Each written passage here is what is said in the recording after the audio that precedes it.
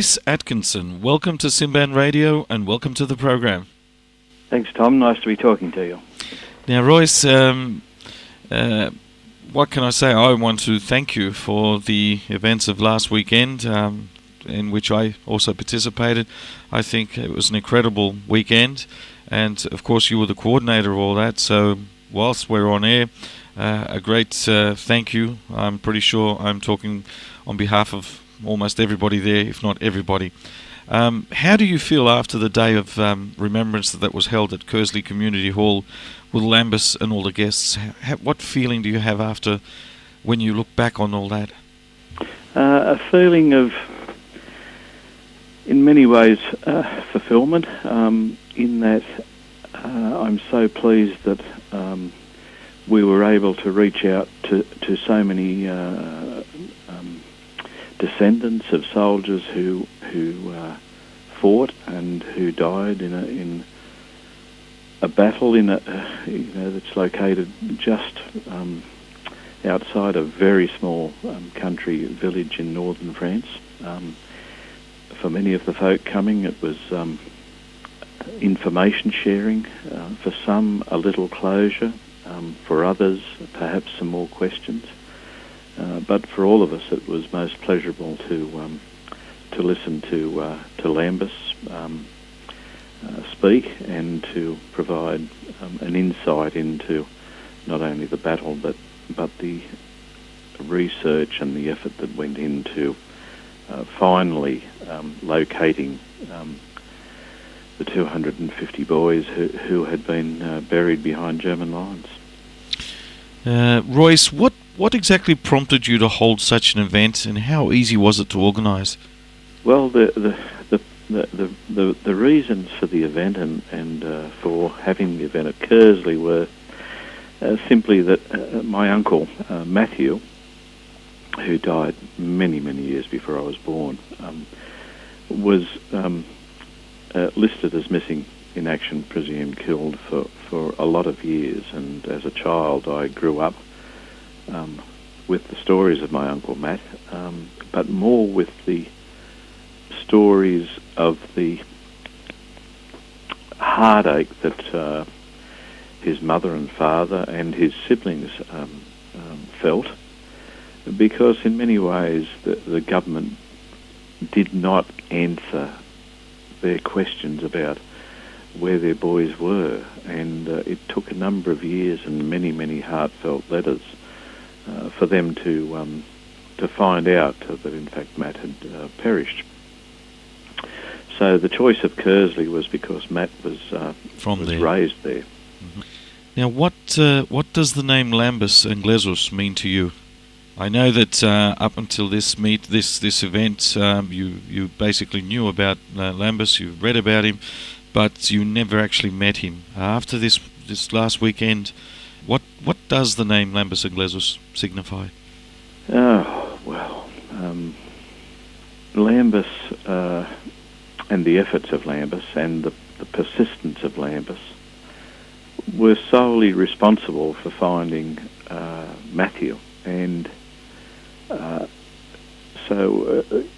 simply put, if Lambis had not pursued the issue, then we as a family would simply never have found Matthew, and none of the other 250 soldiers' families would have found their loved one. And so I think of Lambis with great affection,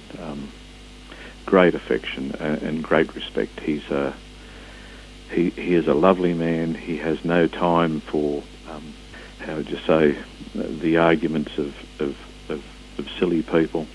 He is very focused on achieving outcomes, and the outcomes are primarily that our soldiers should be recognised and their efforts cherished, and they shouldn't be lying in some far-off field unrecognised. I like the man. He's quite an exceptional fellow, and apart from that, the other side of him, of course, is there's plenty of him, plenty to laugh and joke around with the other human side of Lambis, apart from the person that's actually persevered and brought all this stuff to fruition. What have been some of the resolutions from the presentation and the subsequent open forum that we had with all the guests of the loved ones? What do you see as some of the things that we can look forward to as a result of that Day of Remembrance? Today we have in place a management working party, and I hope that they will cement in place some objectives for our group and a way forward. We have tentatively identified 20 of July next year as our next meeting date, and that will also be in the Hunter somewhere. Additional to that, we have formed a group to look towards identifying how we might be able to provide to families certainty for the storage of all of their memorabilia and artefacts, and thus the ability of people all over the world to access that data, so that we might be able to provide oncoming generations with some information about those soldiers and about the cost of their loss upon their loved ones and upon their communities. So I'm very positive that those objectives are good and sound and will come to fruition. Additionally, we have a number of people now committed to go to Fromelles in 2016 for the centenary of the battle. That's not discounting the fact that some of the people who attended will in fact have loved ones identified in the interim period, and will obviously hope to travel off to France to see their headstones unveiled. But nevertheless, a great group of us, I expect, will be in France in 2016, and we'll look forward to rekindling some friendships with the villagers and with Madame Demasay and her family. I think it's quite incredible. Also, for all our friends in the Hunter, from memory and from some information which I was able to access a few days ago, I think we're talking about in excess of 50 soldiers from the Hunter area who were at Fromelles. So that's a substantial number of men, soldiers, from this beautiful little area called the Hunter Valley, from which you are, I am, and from which where this event was staged, and it'll be a great thing if it be an annual event. And I think with the momentum it gains, I think we will see a great deal more. There's a lot more to be achieved. In closing, what message would you like to pass on to everyone that may be listening to us right now on the radio, but also to all the people from anywhere in Australia and even the world who might be listening to this interview over the internet later on? Surely, Tom, I think the greatest issue we have to deal with is the fact that we have identified less than half of the 250 boys that had laid in that mass grave and now been interred in the Pheasantwood Military Cemetery. And so I ask everybody to look at their own family histories, to perhaps look at the histories of other folk that they know of, and to see whether they are aware of any relatives, friends, or other people in the district who may have died in the period from the 19th to probably around the 22nd or 23rd of July 1916. And the reason for this is that we still need to track down a lot of folk who might be able to supply DNA and thus allow the identification of a missing soldier. In closing, I'd like to say that we really do have an obligation to pursue with whatever vigour is needed the identification of these boys, for this is one cemetery containing Australian soldiers, all of whom have had their DNA extracted, and all of whom perhaps could be identified, and what a sad thing it would be if we didn't take the opportunity to identify those boys. Royce, it's been a pleasure speaking with you. We will have an ongoing communication between now and next year during the next event. The other great thing is that we're also very close, geographically very close to each other, so we'll be keeping tabs with all the developments. But I wish to thank you on behalf of Symban Radio, but also on behalf of all the guests that were present last weekend, for being the coordinator of everything that took place. And I think you're also on the new panel, management panel, for the next event. And thank you immensely once again, and we look forward to next year's event. And in the meantime, if we can help in any way between now and then, we're always at your disposal. Thanks so much, Tom, and thanks to each and every one of your listeners.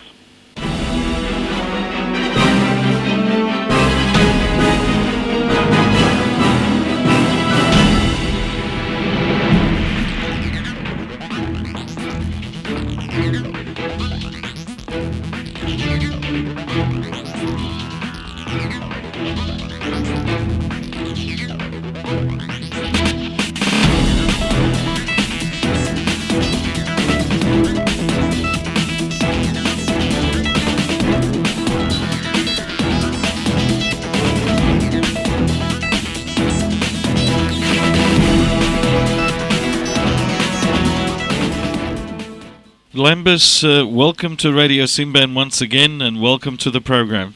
Thank you, Tom. Now, Lambis, last Friday marked the 96th anniversary of the Battle of Fromelles, and it was marked with the identification of 9 more men, one of whom, might add, was from Maitland, where I work on a daily basis, and only kilometres from where we were both a week ago. How does that make you feel? It's wonderful news to know that the process is continuing and people are coming forward, and identifying one was wonderful, but now the figure is 119, so it's absolutely sensational. But the fact is that now these soldiers all have their dignity, and it's really important that we try and identify as many as we possibly can, and the process will continue. Give their soldier his chance. So it's very important that families come forward and offer their family tree and their DNA to Canberra in the hope that we can identify more, which will be an absolute bonus.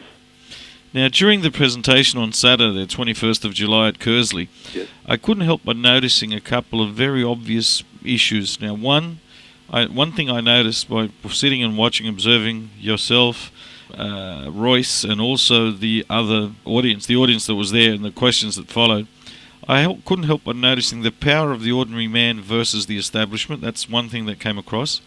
And the other thing that I really noticed, and I felt, it's more like a feeling rather than an observation, was the brotherhood of mateship amongst the guests, the majority of whom family members have lost loved ones.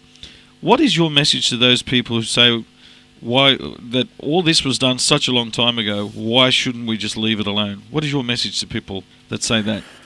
I think it's very important that we honour the service and the sacrifice of the soldiers that went away and remain in foreign fields, and in the case of northern France, to Fromelles, the 19th of July 1916. But I think we also need to recognise the families at home who endured all of this. And as you saw in the presentation, we have a Sister Claudia in Sydney, who's the daughter of a soldier killed at the Battle of Fromelles. And I think, we were told often through the process, listen, mate, this is ancient history, let it go, a very Australian attitude, but it's not ancient history. It's very personal, very tangible. And with the discovery and the recovery of these soldiers, people now have a place to go, to visit, to make their pilgrimage. But having said that, I think it's not blood specific. I believe there's a collective ownership of the ground at Pheasantwood, the military cemetery there. But it's very important, I believe, to try and locate and recover your war dead. I believe we've got a moral obligation. I happen to agree. What projects are you currently working on, Lambis? There's some quiet research which has been going on for quite a few years now, but we know the process that you need to follow, and perhaps the precedent of Pheasant Wood might be tested. We know the process we need to follow with good research, and then we invite when we have a strong circumstantial case for Canberra to maybe have a look at the work, but we have a likely site at a place called Krithia on Gallipoli, the 8th of May, 1915. There are missing Australian soldiers there. And also we've been doing some work over quite a few years now on the Battle of Bulcour, the first battle and second Battle of Bulcour. We have likely sites there, but the process of research will continue. Not out of any rat baggery, just what we've established. The fact that I believe, we have that moral obligation. If we can find them, we should recover them and give them their dignity and hopefully their identity. What message would you like to pass on to everyone who may be listening to us right now on the radio, but also to all the guests from Kearsley that may be listening, but anyone, anywhere in Australia who might be listening to this interview and even later on to the interview when it's on the internet? I would like to acknowledge, make a couple of points if I could. Absolutely. Is that all of this Fromelles momentum due, I believe, to author, historian and friend Robin Caulfield. He left us with a wonderful legacy through his research and his books. And, this momentum is due to him. He planted a flag in his book, Don't Forget Me, Copper, and with help, good help, because we couldn't have got this far without this network core of people who believed in the proposition and persisted, and we now have this wonderful result. And as I said, it's all about commemoration, honouring that service and that sacrifice, and the invitation is always there for people to participate in that. But Saturday was a remarkable weekend. Maybe I'm a bit dense, a bit slow, but perhaps the significance of all of this hasn't really dawned on me. But I think the weekend and meeting with the families was a remarkable weekend. And I believe, as I said from the beginning, there is that need for collectively for that closure. So whatever effort we can make in terms of advocacy and research, no begrudgment, we proceed with this work, and hopefully we'll get to identify even more. So it's very important when we're talking about Fromelles specifically for people to come forward and give their soldier his chance by giving their family tree and nominating a DNA person to Canberra to see if we can get that match. But it is ongoing work. Lambis, all I can say is that on Saturday there was a feeling which is very hard. I don't think there are many words that can describe that feeling. Possibly if we employed a poet or, I don't know, somebody else, maybe they could come close to describing that feeling, that brotherhood or mateship, or call it whatever you like, in that hall. And that feeling was a feeling that was shared, I think, by almost everybody there. And it was something that was generated by not only yourself, but everybody together. It's very hard to describe it unless you are physically present in that hall. I think your work has been incredible. You're a credit to all of us, both yourself as well as the network, the historians and everybody else. I think Royce did an incredible job as also being the coordinator of the event. I'd like to thank you guys for everything, and let's hope that this time next year we'll be able to do it one more time. And with everything that you do, I hope we have success, and I'll always be by your side should you ever need to inform people about more things that come to fruition as they do. Thank you immensely, and I wish you all the best. It was a wonderful weekend. Thank you, Tom.